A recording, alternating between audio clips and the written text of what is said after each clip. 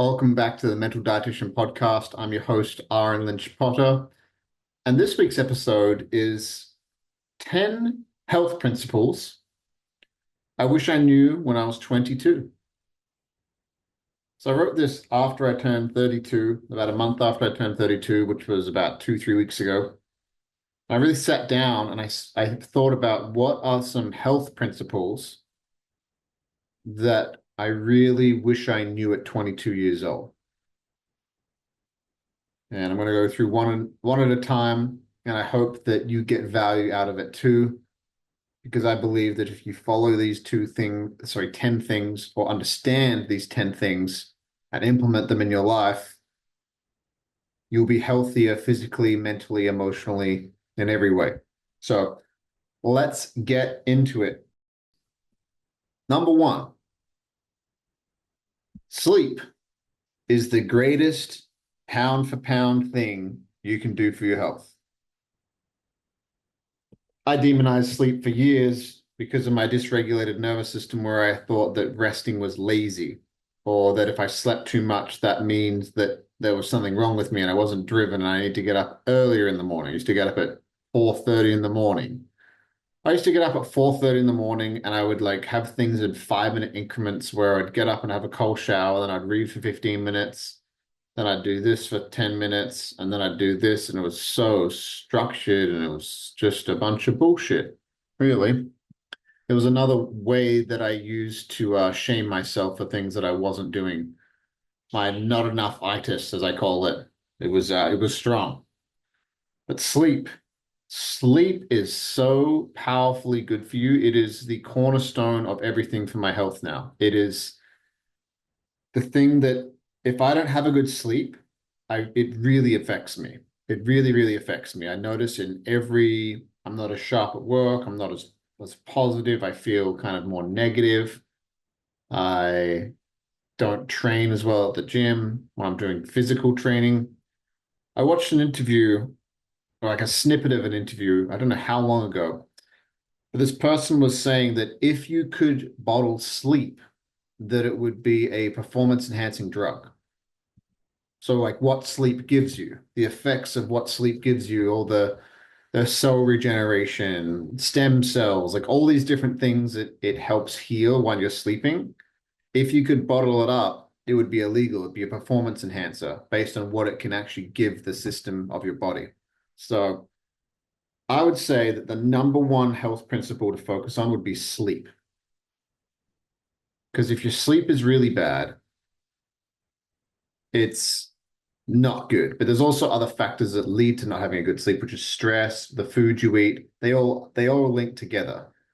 So if you just focused on sleep and it was always crap, you'd be like, oh, why is it crap? It's like because you're playing video games all the time. So maybe cut that out. So I do think it is the most powerful thing for health, though. Is principle number two. Your emotional body and physical body are not separate. If you have long-term physical pain, your emotional pain will also hide in these areas. Sometimes prolonging the physical pain long after it seems logical that it would have healed already. So that principle is your emotional body and physical body are not separate. For example, I know a lot of people that have had very sore lower backs, and when they do their deep inner emotional work, they realized it because there was a lack of feeling safe.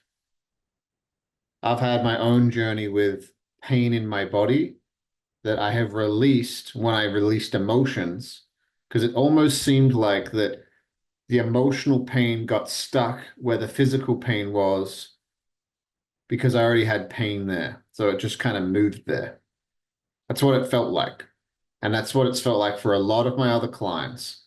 A lot of my clients, a lot of people I know, my own personal experience, that emotional and physical pain are not as separate as you think. I could go into more depth than that, but I don't need to because my entire podcast is basically about that. And if this is your first podcast ever listening to me, go listen to a few others. If this is not your first podcast ever listening to me, then you already know that it's a real thing. Number three, eat things that are at max one level removed from being alive or come from something that was alive? I really wanted to write down a principle about what I think that we should eat as human beings. And the further you take something away from nature, the more harsh it is on our system.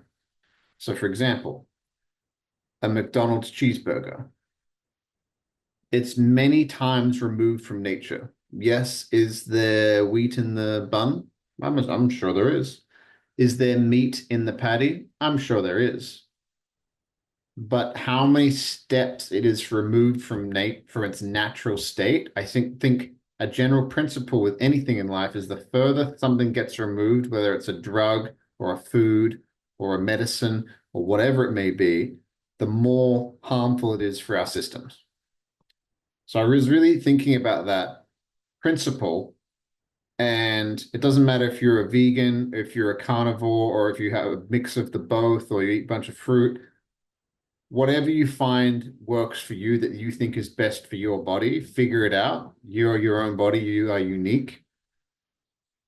But I think that the more you shouldn't go past one level. So, what would one level be? That would be something like cheese, which is kind of one level away from the natural product of milk, right?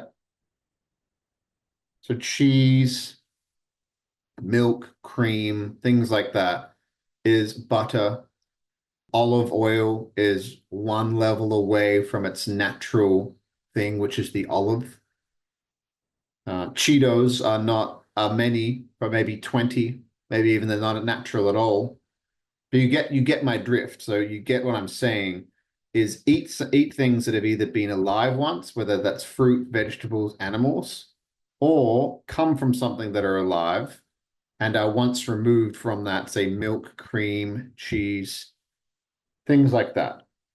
Bone broth would be something like that.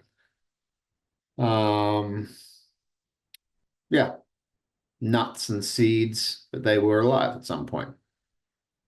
And that's a really good principle to follow to be healthy.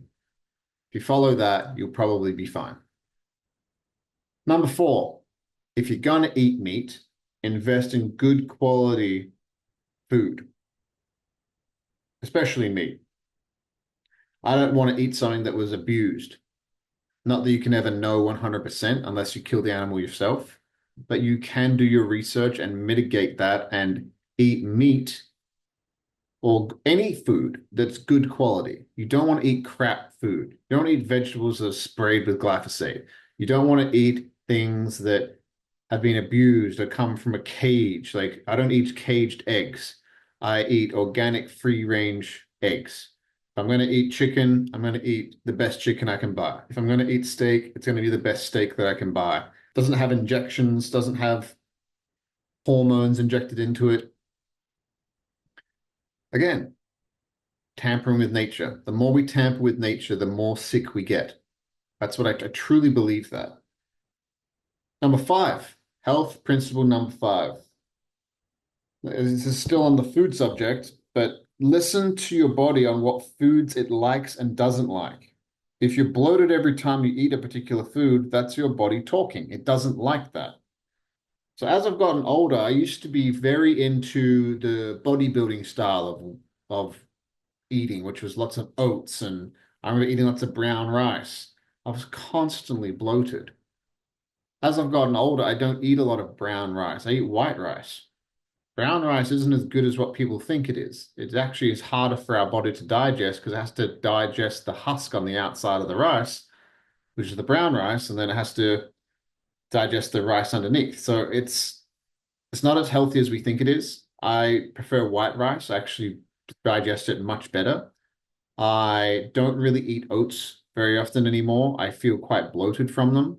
I just, I used to eat them every day. I used to think that's what you did.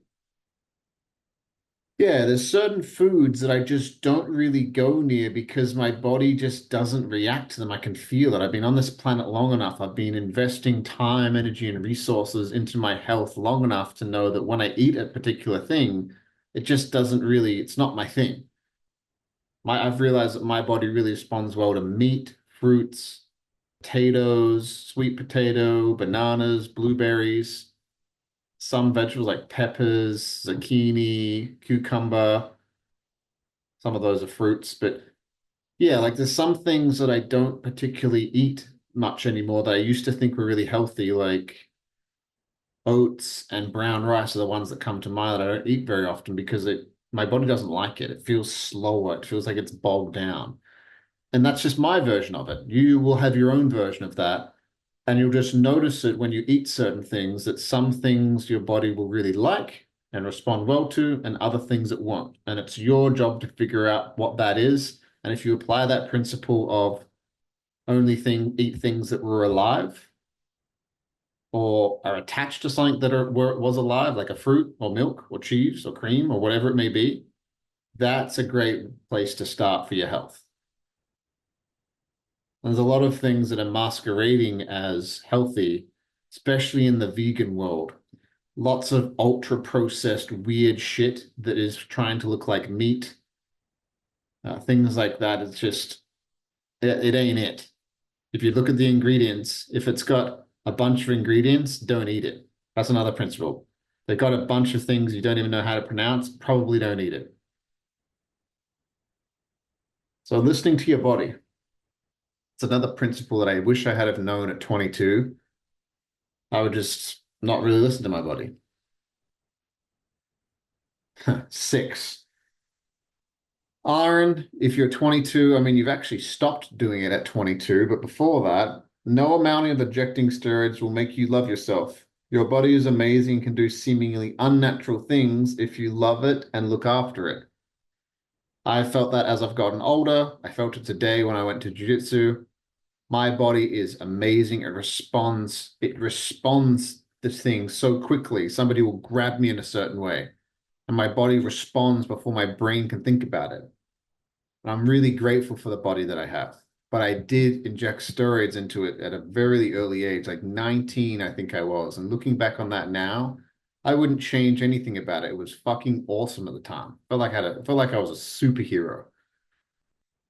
But if I was giving advice to somebody else, I would say if you're gonna go down that path, I would just wait till you're 25 plus, in my opinion, because it really can affect your endocrine system. It really did a number on my body. I had gynecomastia. I ended up getting it cut out of my nipples, and it's actually grown back. So I still have a little bit. It's not as bad as it was before, but it's still there, which would maybe indicate that I still have some hormonal things happening here and there. Who knows? But yeah, it did have a kind of run a bit of a number on my body that if I was giving advice to somebody else or a younger version of me, I would just say, hey, like you don't actually need it. And work on the part of you that feels like you do need it and feels like that he's not enough if he doesn't do it, and love that part. Love heals, baby. That love fucking heals, including towards yourself. This is an interesting one. I could talk about this all day, but the principle. Pick training styles that create freedom and connection, not separation and pain. So if you're going to lift weights, this is specifically towards weights. I wish I had have picked training styles that created freedom and connection, not separation and pain.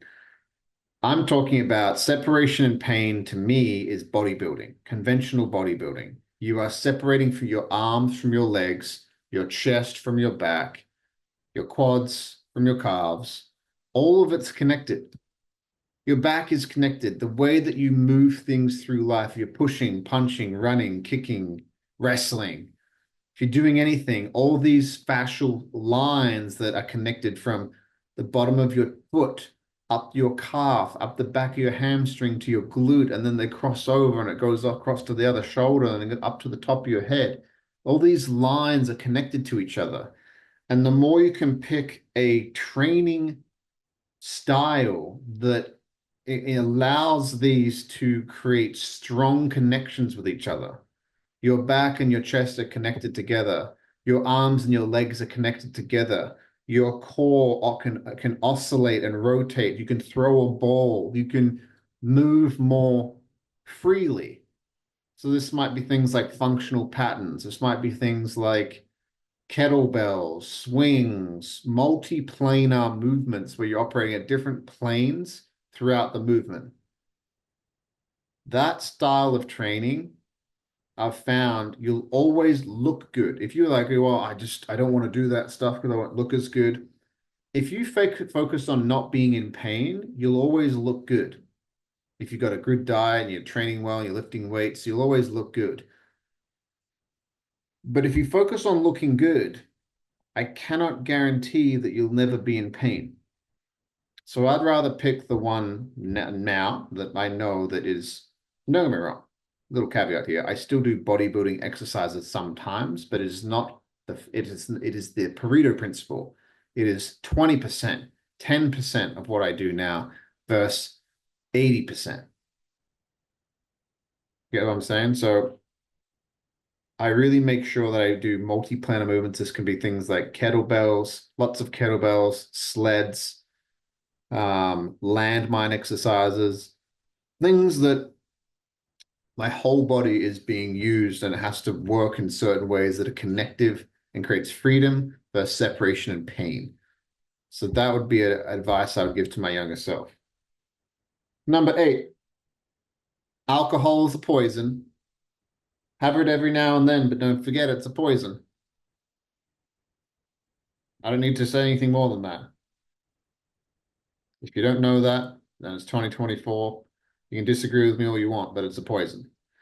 And you can partake in it sometimes if you want, but just never forget that it is a poison.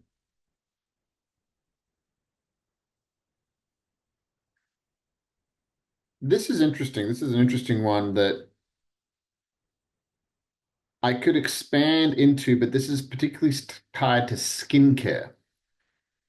But the principle could be, yeah, we'll just go, I'll give you the number 9. This is number 9. Don't put things on the outside of your body you don't want on the inside of your body.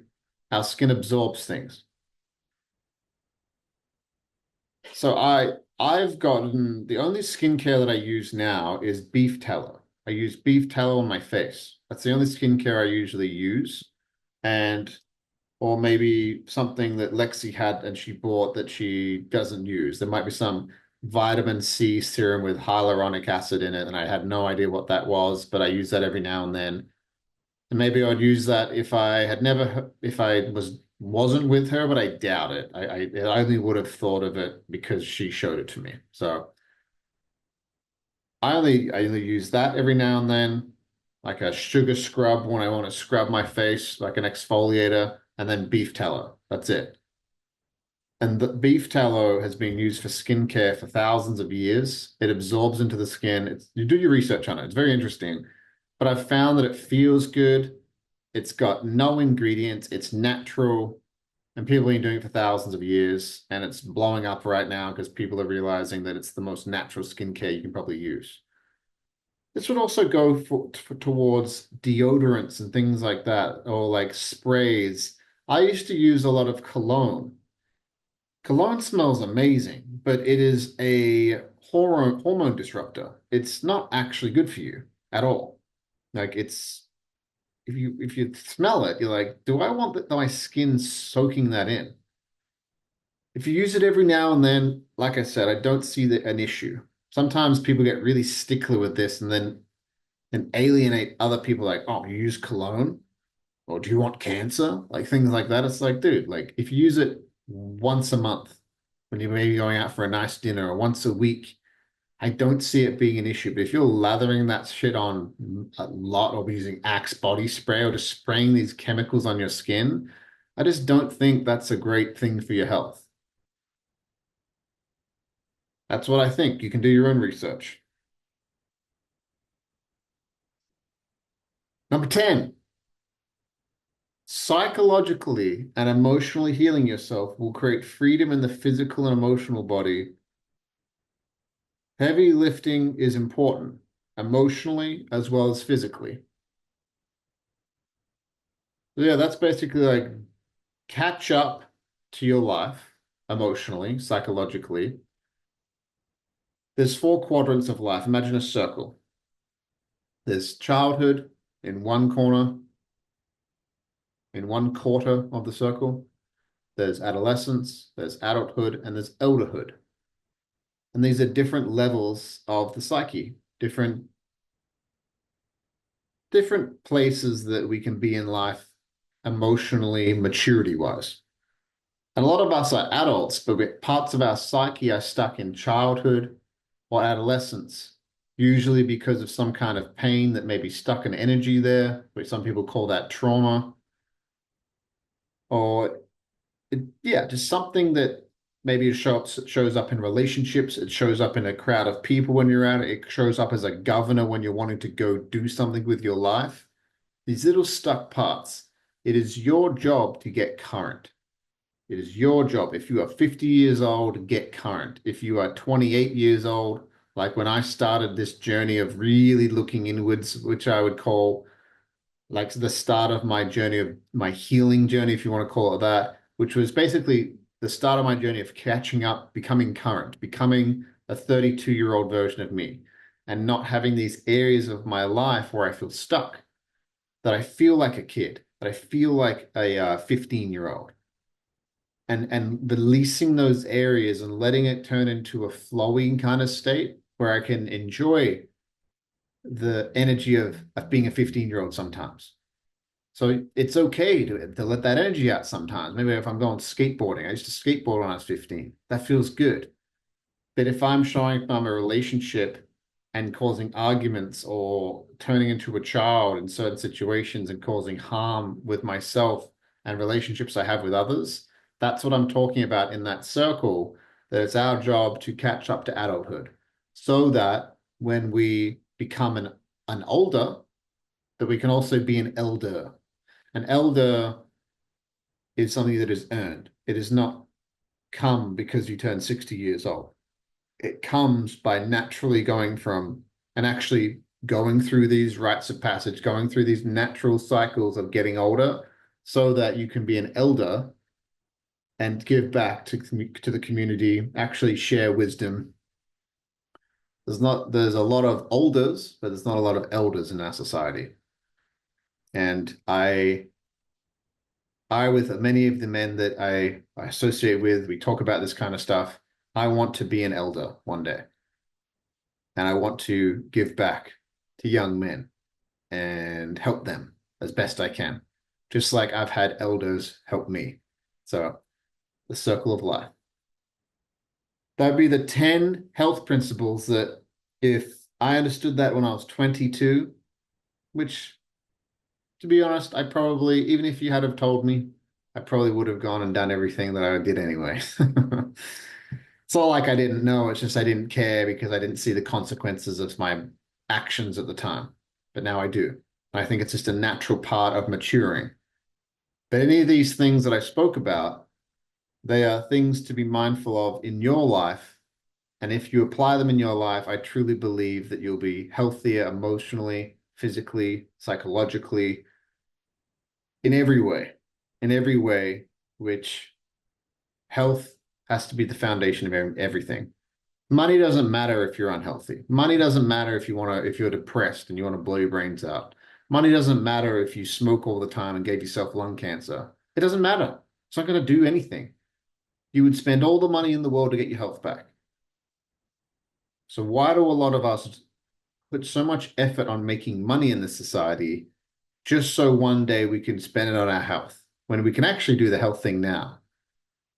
So love you guys. Hope you got a good something out of this episode. Hopefully you got something. So hopefully there was some value, something that clicked for you that you can implement in your life. I look forward to hearing from you, any person that gets anything out from this. And yeah, we'll see you next week. Love you guys. Bye.